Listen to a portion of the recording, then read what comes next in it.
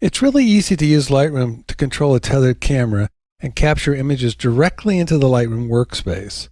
You'll need a supported digital camera and some sort of tether, be it a USB or FireWire cable. I've got my Nikon D3 set up on a tripod right now, aimed at a still life. I'm using a USB cable. In Lightroom, I select File, Tethered Capture, Start Tethered Capture. These are the various options. I'm going to go ahead and leave most of them at their default. Studio Session, I'll keep this deselected because I want all the pictures to come in mossed together. Here I can choose a file naming nomenclature. I'll just use the recommended one. And this is the destination where my file is going to go. And down here, I've selected my generic metadata preset, which will give information such as my contact information and copyright information. If I want to, I can type some keywords that will be applied on import. When I'm done with that, I select OK. And now you see this control, this bar up here, which can be moved around. And right away, I'm getting some feedback about the shot. I see the camera's a D3. That's correct. And I've named it Studio Session. That's where the files will go. And this here is the shutter speed, 2.5 seconds. F-stop F40, ISO 500, white balance auto. Over here, I can select various presets. These are all presets that you find in the Develop module. I can create my own presets, or I can use same as previous. You'll see in a minute how I'm going to use that. For now, I'll just set none. So when I have all those parameters set, this is my shutter release. I'm going to click on that, and that fires off the camera. It's a long shutter speed, but you'll see the image appearing here. I'm going to get this bar out of the way. I'm in the library module now, but I could be shooting straight into the develop module if I wanted to. So you can see what I have shot right here right away is the X-Rite color checker. And the reason I have that in the shot is because this has some handy grayscale swatches that I'm going to use to get a white balance setting. So now I'm going to go over to the develop module because I want to get these white balance settings right. I hit the D key. So that'll take me from the library module over to the develop module. I'll grab my white balance tool. I'm going to hit one of these gray swatches, click on that. Now I have created a very precise white balance setting. From now on, when I bring in images from the camera, I'm going to use the previous settings, being the settings I've just created right here, and I've only touched the white balance.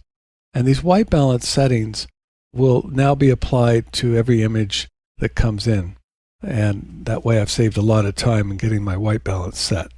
So the next step is I'm going to go over to the camera, go over to the area where I'm shooting, and I'm going to remove the X-Rite color checker and shoot. So now I'm ready to shoot again. I'll fire using this capture button. Camera's making the exposure, 2-second exposure. And you'll see the image will appear. Now it's appearing in Lightroom, and you saw the change that occurred there. Lightroom is loading the previous settings, so this white balance should be pretty precise. So there's some real advantages here to being able to get a correct white balance and then apply those on your next shot. Let me show you another great advantage of shooting tethered. I'm going to go over here. Let me get this out of the way so I can see better. There's also a command here for hiding it. You saw there was Command T. So I'm going to toggle on and off by hitting Command or Control T, depending if you're on Mac or PC. And let's do that again. Get that out of the way. And I'm in the Develop module. This is something, I want to point this out because this is really pretty important to understand that when you're getting your exposure set in the camera and you're using, say, the histogram from the camera's back to determine your correct exposure, that histogram is reading off a JPEG. And it's not really the most precise way. It's a good way of getting a sense of the exposure, but it's not the most precise way. When you bring in an image like we've just done now, a raw image into Lightroom straight through the camera, this histogram that we have here is reading off the raw data. So this is going to be much more accurate. You're going to be able to control your exposure, check your exposure much more precisely using this method.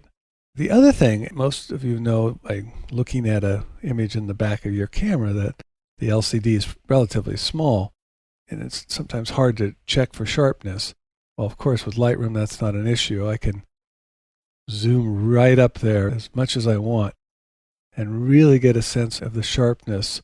And if I need, I can go in and fine-tune that with the camera. So there's this interactiveness that occurs when you tether a camera to the computer and bring the images straight in to Lightroom. It really is a good way to speed up the whole work process, especially the post-production process. Bear with me just 1 second, and I'm going to go ahead and swap this plant out with another object and go ahead and fire the camera remotely again. Okay, I'm back, and let's use the Command or Control T, bring up the camera controls, fire away. Let's see what I've put there now. Capturing another image using the same settings because my white balance hasn't changed. All right, Command T, Control T, remove that, and I'm all ready to go. I'm pretty excited about this tethering capability. One thing I find that I'm doing more of now is coming in, for example, on this image here, I'm going to go ahead and select the black and white controls. I'm still in the middle of shooting. I'm still working the camera, but I'm going to go over and use my black and white mix, and I can start to play with the controls in Lightroom, and there's an interactiveness that's going on. My camera's still hooked up. It's still ready to go. And as I explore this image using the Lightroom controls, different controls in this case, just the black and white mix, I start to think of the image differently. I might go back, turn it around a little bit, change it. It just opens up the creative aspect of shooting. I'm pretty excited about this tethered shooting. One thing I do wish I could control the f-stop and the shutter speed directly from Lightroom, and we can't do that yet. Hopefully that's something we'll see in the future. But this tethering isn't for everyone. You need a supported camera. It doesn't work so well for action shots or any shot where you're limited by the length of the cable. But for studio or desktop work, or if you just want to really open up the creative forces, it's a great way to go.